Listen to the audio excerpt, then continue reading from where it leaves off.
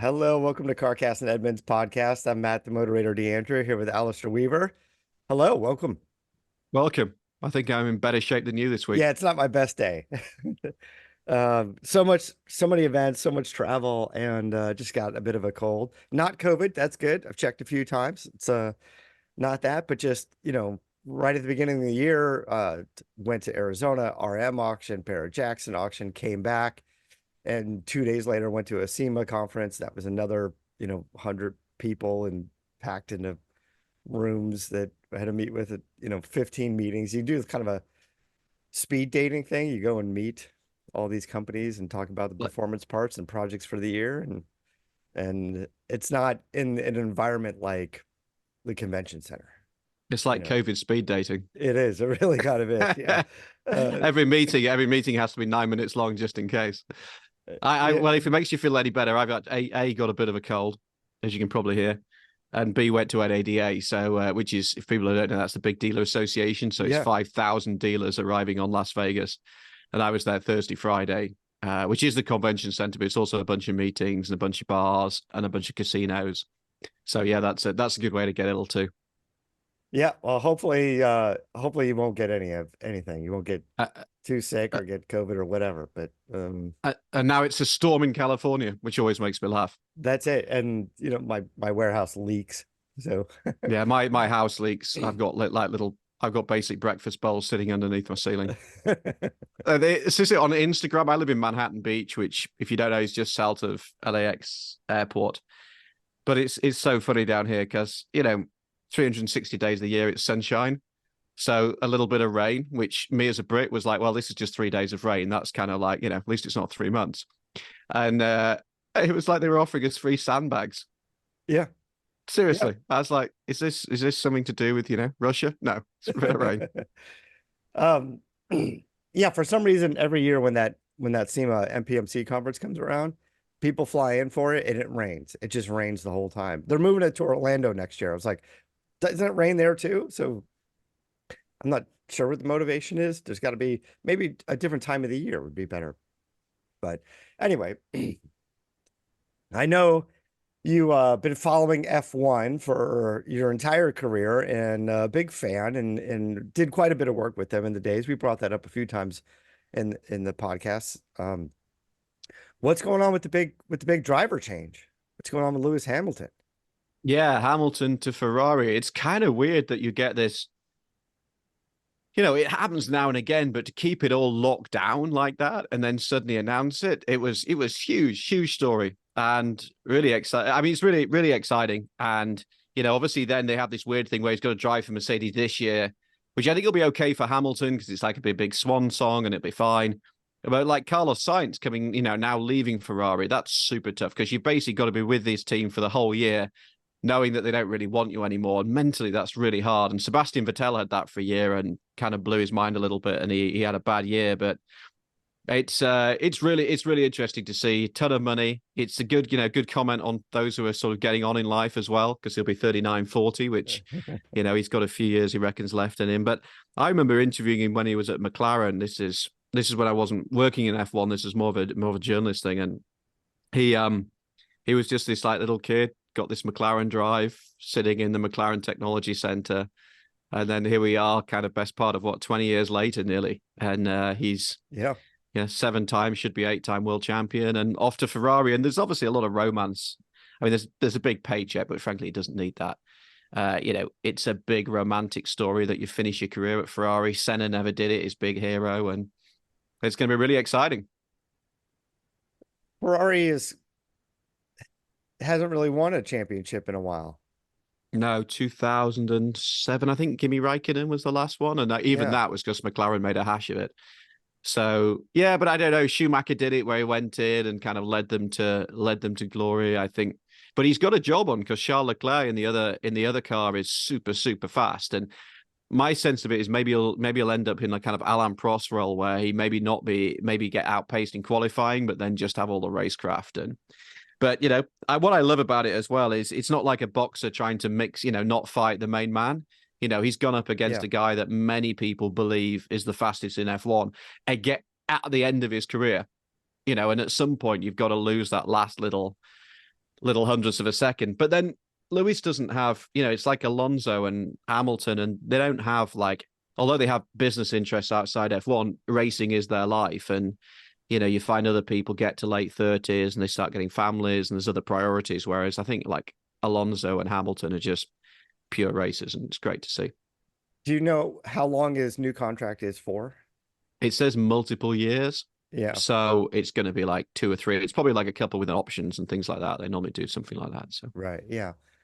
Yeah. I'm curious how much longer a guy like that runs. Like you said, he's not really tied down to anything else and seems to be just, he seems to be the type of racer who just wants all of the accolades, just like all the world records, the most wins, most championships, and most everything you can possibly get before you I retire. think getting robbed in 20, getting robbed a couple of years ago when the race director didn't follow the rules and suddenly Verstappen won. I think that must give you a lot of fire to go and win another one. That's got to really fire you up. So it's exciting, and we'll probably see him pop up into road cars and everything else soon. So yeah, anyway, it'll be interesting. But you're right, just kind of an unexpected thing. It just kind of happened very, very quickly. It was just a big announcement. That was it. And it added 7 billion.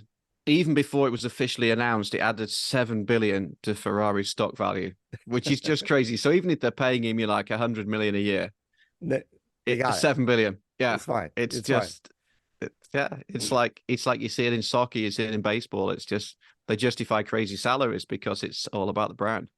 Well, Spotify just re-upped with Joe Rogan, and I think that moved their stock price a little bit. They just signed him for another like $250 million for a few years. They weren't real specific about the whole thing, but they did say he wasn't going to be exclusive to Spotify. They're going to distribute his podcast on Apple iTunes and other platforms and YouTube, and because they got to make the money back. I don't think the stock price is going to be enough to move the needle to pay for Joe Rogan. Yeah, we're not on that sort of contract. No. I mean, we were so we should close, and I turned it down. I was like, it wasn't quite there. You guys were digging into the Macan EV because that was something that we thought we were going to see at the LA Auto Show. We didn't see it there. Instead, we got a room full of Kevin Hart's cars and food and drinks, which was kind of interesting. But now that it's out, I imagine you guys are going to order one. But what's your take on it? So far, it sounds pretty good. Yeah, we did a couple of things. We did a range test. Well, a sort of range test. We have our own Edmunds range test. It was a slightly different thing because it was highway based, but we went and drove a prototype. And we do this now and again. We get invited to drive prototypes, and it gives us initial taste of the vehicle. Sometimes the engineers like a bit of third-party feedback. They like to have a conversation about the car. And then we also went to Germany to have a look at it. So we haven't driven the final production version yet. That's probably not for a couple of months. But we've had a good look around it. We've sat in it. We've driven it. We've driven the prototype version. And I think it's a really, really exciting thing. I mean, Porsche took this decision not to do just an electric version of the Macan. This is a kind of ground up electric car. There will be no gas version. And it's going to sit, it's going to start at about 80 grand. And then there'll be a turbo that starts at over 100. And we just ordered one because it's kind of exciting. It's a big vehicle. Which trim did you order? So we ordered the Macan 4. So the lineup looks a little bit like the Taycan lineup, where you have the 4 and then the turbo, which obviously isn't a turbo, but I don't know, it's what the marketing people like. Yeah. So as always, nearly every time we Porsche, like the 4 is the sweet spot. The same with the Taycan, same with the Macan. So we've gone for a 4 electric, and then of course you have to plunder the options list because it's a Porsche. So ours is coming out. I kind of say to the guys like we don't want to. Let's not spend more than 100 grand because we haven't got the money, and frankly, it gets a bit ridiculous. So this one's coming out at 99,020. And we talked to Porsche, like Porsche, like we talked to Porsche and we said, obviously we know a lot of the people there, and we sort of rang up and said, look, how would you spec it? What would you do? We want to tell the right story. We want to kind of engage with what your customers are going to order. So they gave us a bit of a list of stuff that they thought we should add. And like you soon had 20 grand. Is there something different that they're doing on the battery technology compared to like the first gen Taycan? Because it seems like the battery is similar size, but maybe performing a little bit better, maybe a little bit more in range. Well, that's also what we see because we're updating the Taycan. Porsche's in a really interesting position this year that they are pretty much their whole range is getting a refresh. The only thing that's not is a 718 Boxster and Cayman, which is kind of getting towards the end of its life anyway.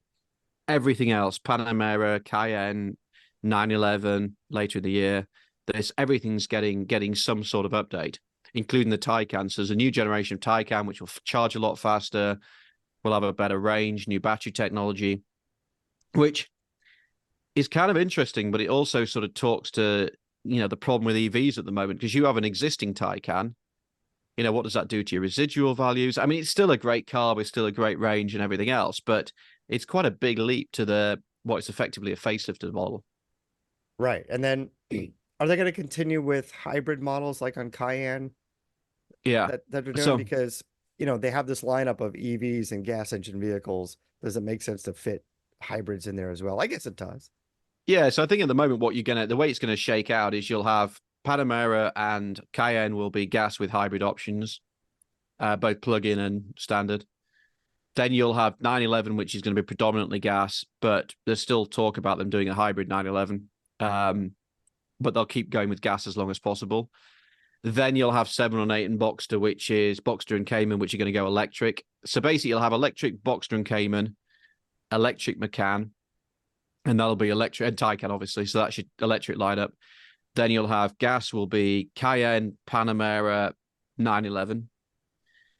And then what am I missing? Missing something. What else do they do? No, that's it. Oh, no. Then gas Macan, which is the old one that's been around since Right, but that's just going to forever. phase out. Yeah, I think they're going to keep building that because they recognize that there's still a market for it. So I think they'll keep building it until nobody wants to buy it anymore. So Boxer and Cayman, the performance of the Cayman was really starting to kind of push the boundaries of 911. So moving it to EV makes it kind of a different car, because before it was kind of like, I'm not sure if this is like, it's almost like they were reeling it in a little bit to not outpace the 911. But making it EV, it doesn't matter if the performance is better or similar to 911, because they're going to go, but this is a different thing. This is EV.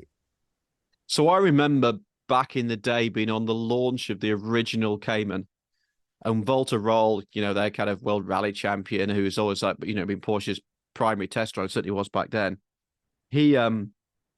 Somebody asked him in the press conference, and he's never been politically correct or followed the corporate line. Somebody said to him, like, why is this car not got a limited slip differential? And he said, because the marketing people won't let me have one, because it's like takes it too close to 911. And they were paranoid then that they were going to harm 911, because here was like a more modern mid-engined. It was like what the 911 was originally supposed to be. And then, actually everybody still wanted a 911. So it kind of all worked out okay. But it's also why in the last year or two, they've done, RS versions of the Cayman and the Boxster and the Spider, because they've said, it's like, well, we're not building anymore, so you might as well build one, put the GT3 engine in it. Frankly, we don't care anymore. It's like, which is going to be really cool. And they're going to be really collectible. Yeah. But when it comes to residual value, it's still 911. Yeah, I think if you get an RS or you go like GT4 or GT4 RS, like the motorsport versions, I think they'll be okay. But yeah, it's always been seen probably wrongly as like the poor person's Porsche, and certainly which is crazy because they're really expensive. Yeah, because they're a ton of money.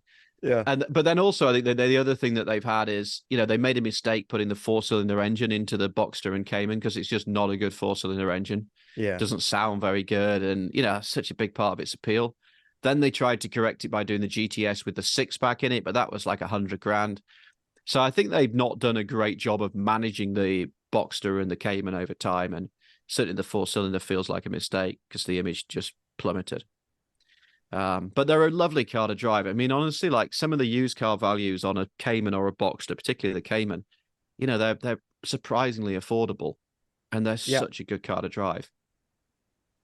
Right, but the first couple, I don't know, the first generation or so, similar to the Cayenne, it's like there's some really trashy ones floating around. I mean, they just didn't seem like they held up that well, but I think over time, certainly much better.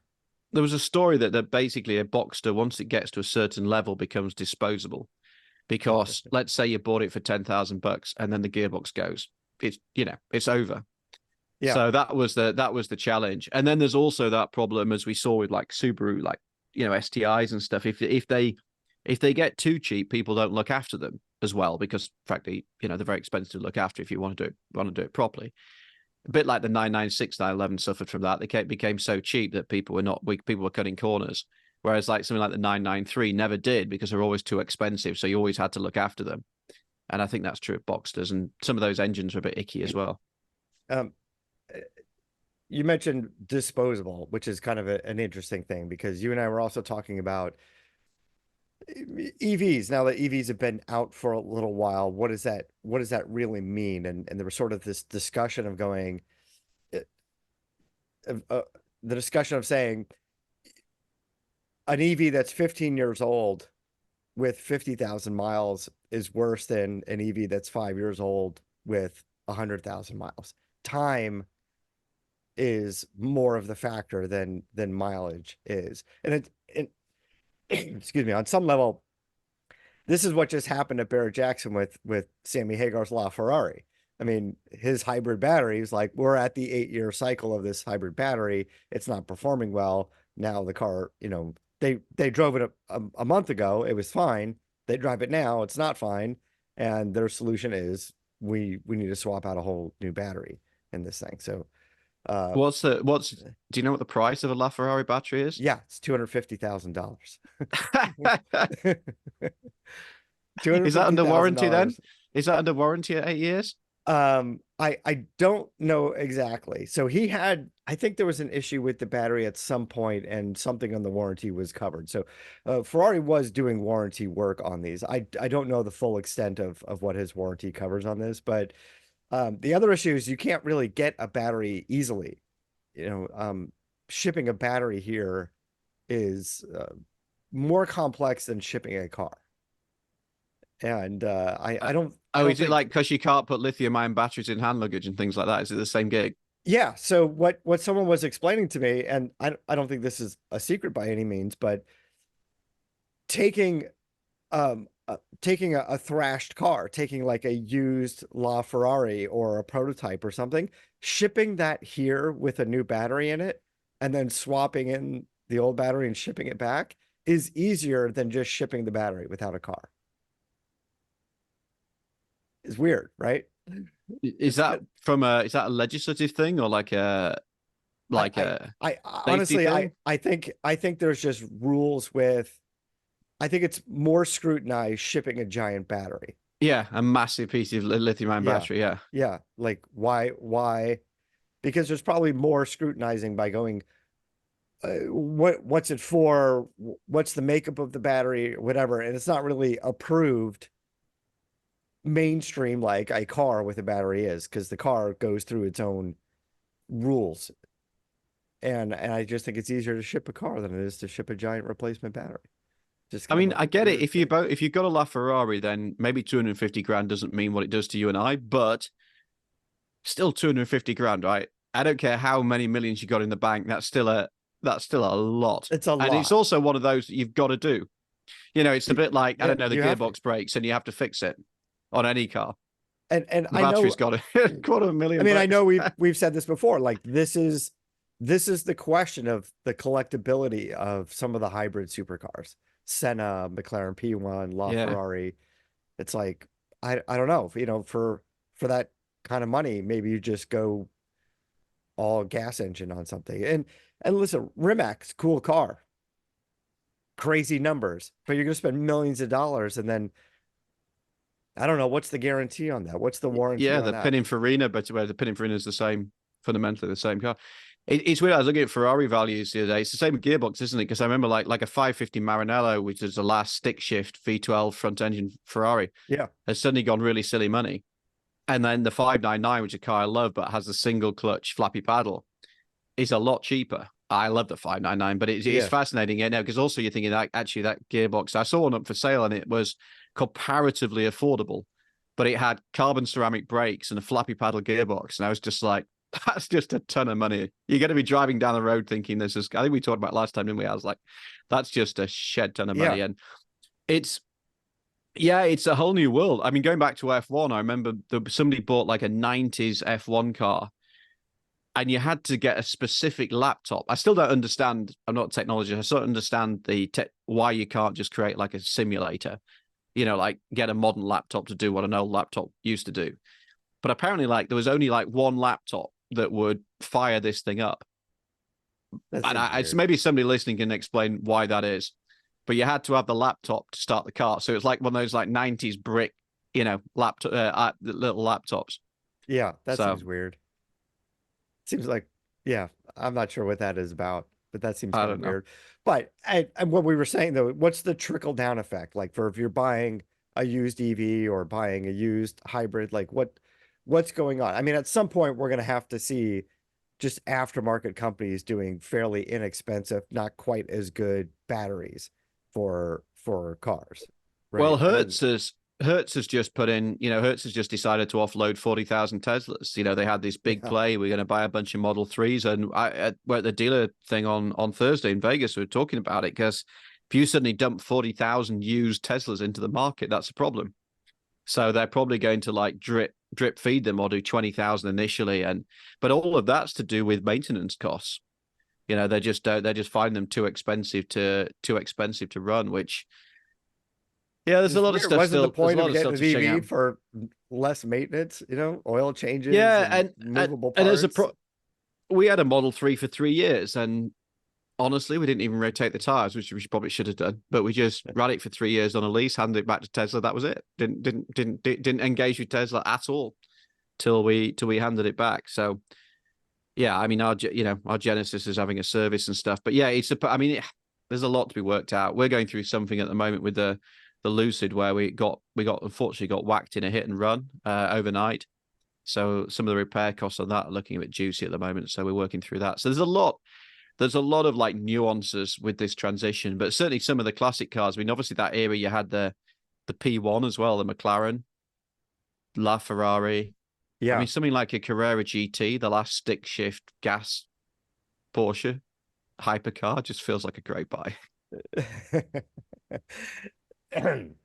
Give me an One of the cars F40 and that's I'm starting to done. come back up is the Ferrari FF. That dropped down, became affordable, and at a recent auction, it started getting money again. And I was like, people Yeah, should be grabbing the FF. I was like, not that I could afford one, but I was thinking the same. The other one that I did, I drove across China once and across India. Ferrari used to do, well, I just done one in New Zealand. I did a couple of these big Ferrari tours and I spent a load of time in a 612, which was always seen as the Yeah, ugly duckling, the four-seater. But actually, that was a nice car. It's a V12 Ferrari, genuine-ish four-seater, decent trunk. And I think, they've been down as low as like 60, 70 grand, and they're right. still they're still pretty cheap. Whereas a 599, which shared a lot of the componentry, is like, at least twice that because it's just not fashionable. But I don't know. It's quite a cool thing. Um, so when I was over at Barrett Jackson, one of the big displays out there was Toyota and Lexus. They were really having a presence out there, and they brought the Land Cruiser and the Lexus GX, the new versions of those vehicles. Big flat windshield, a little bit more chiseled body all the way around, and both of them were getting a lot of attention. I think the Land Cruiser maybe just because the legacy and the name was getting a little bit more attention, but they had them both outfitted like with a bunch of like overlanding gear. They were trying to give this impression that, the Lexus GX is is the luxury overlander that you want. It's the Patagonia Yeah. Overlander. And it was nice. I got into it and it seemed great. I didn't get to spend much time with the Land Cruiser because that had a bit more of a crowd around it. But do you guys have thoughts on this? Did you guys get a chance to Well, drive these yet? yeah, we just drove the GX. Haven't driven the Land Cruiser yet, but that's not too far away. So if you go to edmunds.com/news, you'll see our first drive of the GX and also driving the revised Taycan, all the Macan stuff as well. Um, yeah, it's really interesting. I mean, the Lexus is obviously going to be more expensive, but probably, because they're both getting up there. I mean, the Lexus is going to cost you by the time you get it in the trim you want in the 70s, probably. The Toyota is going to be cheaper, but not that much But cheaper. it's gonna start like 55 Yeah, grand, it's not. before you do anything to it. You're Exactly. going to be So in the I think 60s. so. I think you're almost getting into like aesthetics and which do you prefer and which brand do you prefer. And the Lexus has got this very kind of quite extravagant but kind of fairly sort of bulbous look. And then the Land Cruiser is a lot more retro and a little bit more cartoonish. Right. I mean, to be honest, I like them both. I had it's just because Toyota are doing a similar thing at NADA, so I got to have a good look around the Land Cruiser, which I hadn't done in a little while. Personally, I prefer the look of the Land Cruiser. Okay. I think the Lexus feels like it's trying a bit hard, but that's just me. That's just an aesthetic thing. But both of them, I mean, it's. I think both of them will do really well. I mean, what are you up against in that market? You've got higher trim Broncos, higher trim Wranglers, Defender. But Right. Toyota's then going to have this starting at in the 50s, but then they're going to slot Forerunner in as well. And Forerunner will be based on Tacoma. We're going to see it this year. So they're going to have quite a lot of compression in that market space. Because, if you think about it, the Land Cruiser would become this like $100,000, fancy, almost like a Range Rover rival. Now it's suddenly recast as a $50,000, $60,000, almost like where the current Forerunner is. So I think they're going to have an interesting job to position Land Cruiser and Forerunner together. And maybe Forerunner will be even more hardcore off-road and, Land Cruiser will be. But I think it's everything I've seen about it, I think it's a cool thing and I think it'll do really well. On the less off-roady side of things, Ford announced the new Ford Explorer and the Lincoln Aviator. Now, I'll tell you, I did some of the press drives when the Explorer and the Aviator came out, and everybody was impressed and really liked the vehicles. And then uh kind of went a little downhill from there. Just the quality wasn't quite there, and it's too bad. It, both seemed like nice vehicles, and the Aviator Hybrid had a ton of power between the both, between the electric motors and the gas engine motors, and just kind of missed it, I think, on the quality side. A home run as far as design and what, Lincoln especially was, selling the same. We've got speakers everywhere, and we got these wonderful chimes that the Philharmonic did, and like all these fun kind of luxury items that they were trying to sell. And the Black Label was like, we'll come to you, we'll take your car for you. We're sort of a concierge service if you need any maintenance. And it was all done with good intentions. I'm just not sure how well everything was executed. I think if you have a car that wasn't very good quality, then you're really pushing the limits of your concierge service with everyone's going and picking up Navigators and bringing them back to the dealer for work. Yeah, it unfortunately it went down in history as like one of the great bungle launches. And also it came out at a time when, Telluride was making a lot of hay from Kia, Yeah. that was, Hyundai Palisade. There's suddenly a lot of competition in a market which, historically been more of a kind of American market with, I'm going to get some grief again, aren't I, for like saying I don't like American. Somebody's going to write and say I don't like American cars again. Just for the record, like Telluride's made in Georgia. So, but yeah, I mean, I think it's one of those where they kind of misjudged the market a little bit. The interior probably wasn't good enough, and when everybody else piled in with these great new products, they ended up with something that was a bit expensive. Quality was a bit okay, and then it proved to have reliability issues. So, but I agree with you. I remember doing quite a lot of miles in Navigator not a Navigator. Navigator's a huge one, isn't it? What's the middle one? Aviator. Aviator. The Aviator hybrid, and I thought that was it was just a nice way to travel. And, it just never really caught fire. And Ford's got to work out what to do with Lincoln a bit because, you look at success of somebody like Genesis, where, it's just a posh Hyundai. And let's face it, Lincoln is a posh Ford. And, Lincoln hasn't really kicked on in the way that, say, Genesis has. But then neither has Infiniti or, Acura's not in fantastic shape either. They got passed by, I think, as well with Cadillac. I think Yeah. Cadillac did a great job of turning themselves into this kind of luxury performance brand with their gas guzzling V models. Yeah. But they're And their all a electric blast to cars, drive. their They're all electric fun. cars, which they can't build and don't work terribly well. So yeah, although that's, they'll fix that eventually. Yeah, but I mean, the Escalade still does well, and they're CT5 and CT4. I don't really know how many they sell, but they certainly get a lot of press from them. Yeah, look, the Navigator's always been the Navigator's always been one of those cars where, oh, do you get a Navigator? And then, like, if you're going to do on a family road trip or something, they're just great. Massive, big, comfortable, throw everything in, great hi-fi. That's what you need. I when I was in Arizona at the auction, so met up with some friends, and they bought two Escalades.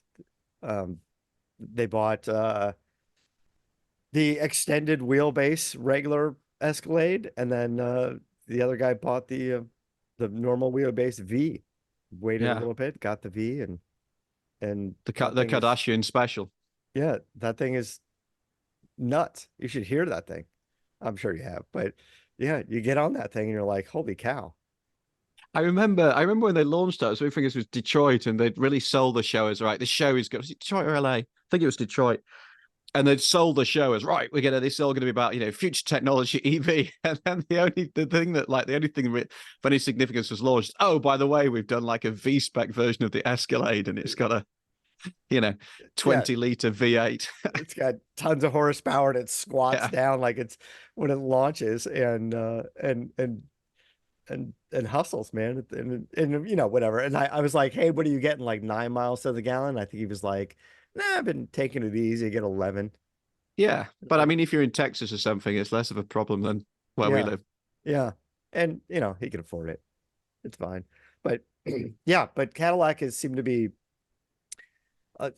seemed to have got ahead of Lincoln as well. So we'll see if Lincoln is going to be able to make it happen with That the Aviator, but I don't know. I think if the pricing's good, the interiors look nice, and there's still an opportunity.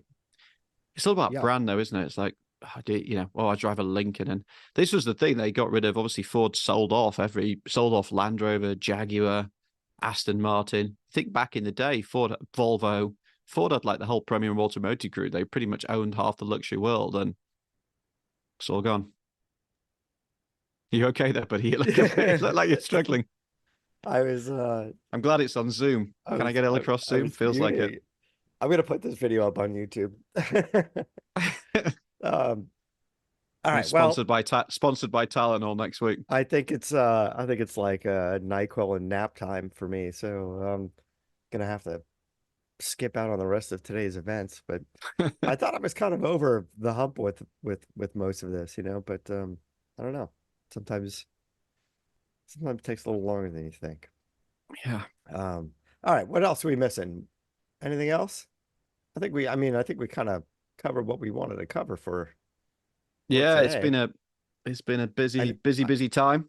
I know And you just came back from the very exciting NADA show. yeah, the NADA show it's like imagine 5,000 car dealers descending on Vegas. Yeah, I only stayed for a night, so I didn't get too deep into the to parties and the craziness.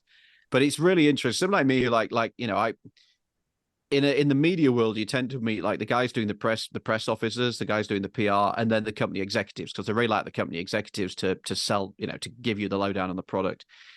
But it's super interesting being, just seeing like you get a sense of scale, particularly in the US, of yeah, how big the car industry is over here. And you think car executives earn a ton of money, then you look at the number of private jets flying in from like some of the, owners of bigger dealer groups and things like that. And yeah, I for love that. I sure. still love that element in the US of that kind of like mom and pop store from, from Arizona, and maybe they come in with the family and make a weekend of it in Vegas. And then you get the kind of massive, huge, conglomerates of, which the huge franchises, and and there's been a lot of consolidation, so you're getting more and more like bigger groups owning a lot of the dealerships. But yeah, it's good to see, and everybody kind of like trying to flog all their wares, like a lot of the B2B stuff and everything else. So it's just, I mean, like you put NADA together with SEMA, which is in the same location, and Yeah, you get a real sense of like how the breadth of the auto industry. And I think that's why I've always like enjoyed working in it, because there's just so much scale and so much scope. yeah, it's massive for sure. I went to NADA, like I think it was in Tampa years ago. Could have been, Well, last year was Dallas, and it was a yeah, bit like, because nobody wants to get. That's just out of phone. Probably got listeners in Dallas. Let's just say that a trade show in Dallas seems superficially less exciting than a trade show in Las Vegas. Yes, for sure. I think that's Especially fair to say. an event like NADA is such a social event. It's a lot of Yeah, kind of, it's salespeople, wine and dining, vendors and vice versa and stuff like that. So, the environment of Las Vegas, I think, caters to it a little bit more. Like I said, I think it probably more than a few years ago. It might be eight years ago or something like that. I think it was in Tampa, and I went to some after party thing, and it was all fine. It just didn't really, it, you know, I mean, yes, you see the size and the scope of that side of the business as well, but nothing particularly exciting there over there. yeah. I mean, it's a big, it's a big part of who we are as Edmunds. We're selling. It's a selling show for us because we do a lot of work with dealers. We have a lot Yeah. of like products that help dealers in their job. So for us, it's a big part of the mix, and it was great to see the team there. Yeah. All right, let's go ahead and wrap this one up so I can go take a nap. And I need some and caffeine. It's Monday morning. kind It's been of a rough start to the week. reboot for the next podcast in a couple days. Yeah, all right. Edmunds.com is the website, and you guys know where we are on social media. And Another big plug for Top Rated as well. So edmunds.com/top rated if you want to see all our award winners that we talked about a couple of weeks ago.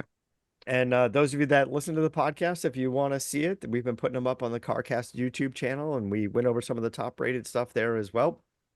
I think when I put this video up, it's going to be far less exciting as some of the other videos, as I'm turning red and my eyes are watering and I'm dying. Don't fall asleep at the wheel. Yeah, but aside from that, I think the other shows are worth watching as well. So check that out. All right, we're going to wrap things up. Until next time, keep the air in the spare and the bag in the wheel.